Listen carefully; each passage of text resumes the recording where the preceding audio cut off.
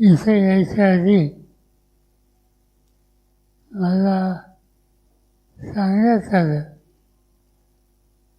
की महाराष्ट्राच्या तरुणांच्या संघटनेमध्ये ज्यांनी अनेक वर्ष काम केलं, युवक काँग्रेस अध्यक्ष, सचिव, अन्य पदाधिकारी अशा सगळ्यांचं आज या ठिकाणी संमेलन आहे. आम्ही सगळे भेटलो आहोत आणि एकमेकाच्या संबंधीच्या आठवणी या सांगणार आहोत. आणि तुम्ही या, पण इथं आल्याच्या नंतर माझा सत्कार करतात आणि तुमच्या आठवणी तुम्ही विसरून गेलेला. ठीक आहे,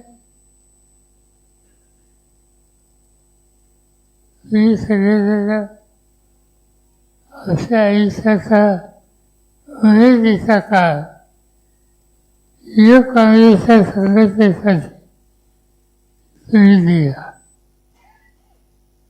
अनेक वर्ष काम केलं. आज कुणी कोणत्या पक्षात असेल नसेल, पण लोकांच्यात आहे, सामान्य लोकांच्यात.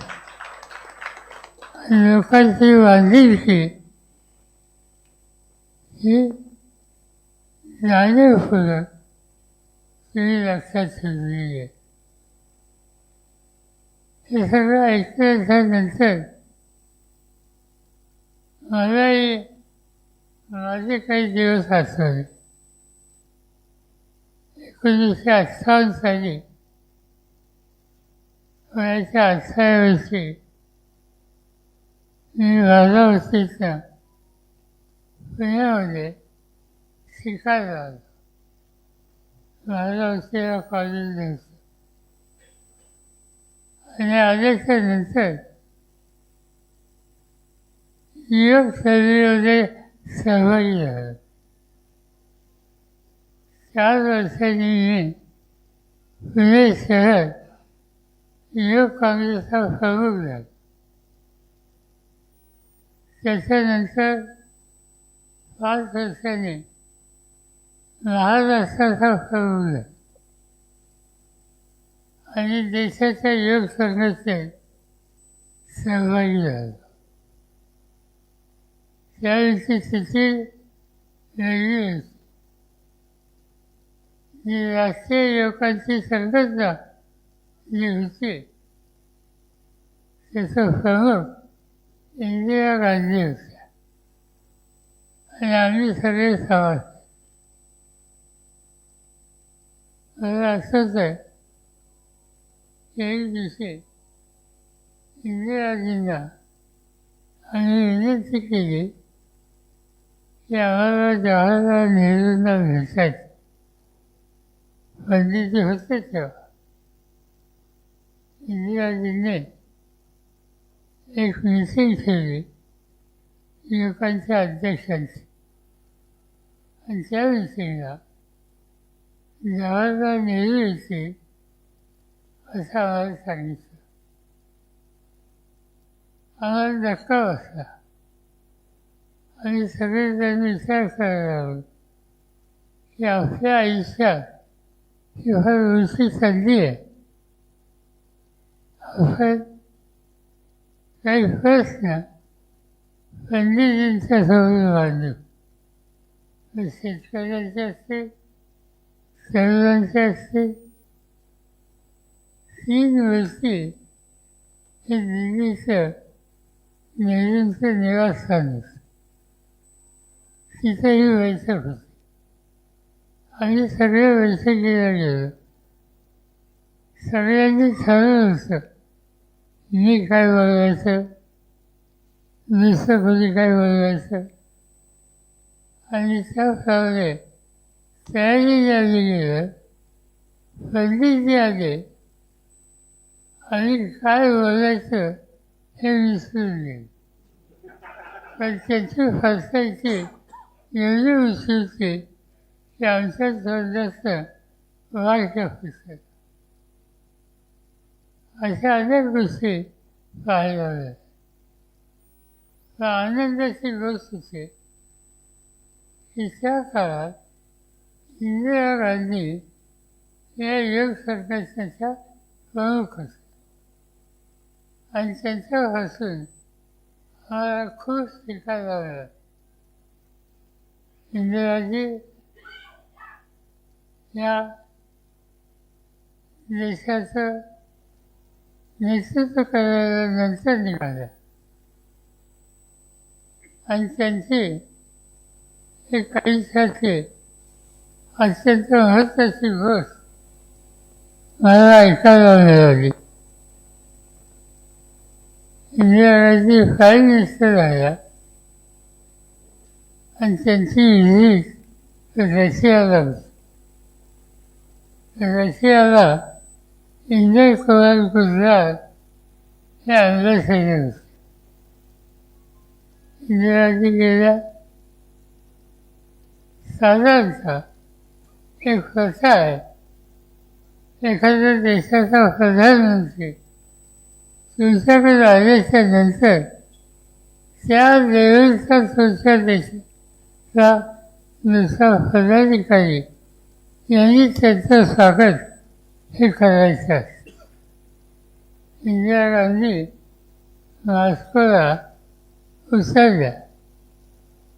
त्यांच्या स्वागताला वरिष्ठ नेता नव्हता रशियाचा, काही अधिकारी होते.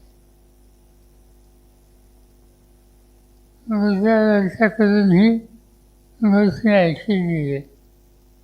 गुजरात हे अँबॅसेडर होते. त्यांनी इंदिराजींचं स्वागत केलं. इंदिरा अस्वस्थ दिसली, पण त्यांचं स्वागत त्यांच्या लेवलच्या व्यक्तीने केलं नव्हतं. त्यांनी सांगितलं गुजरातना की इंडियन एम्बॅसी जिथं आहे तिथं जायचं.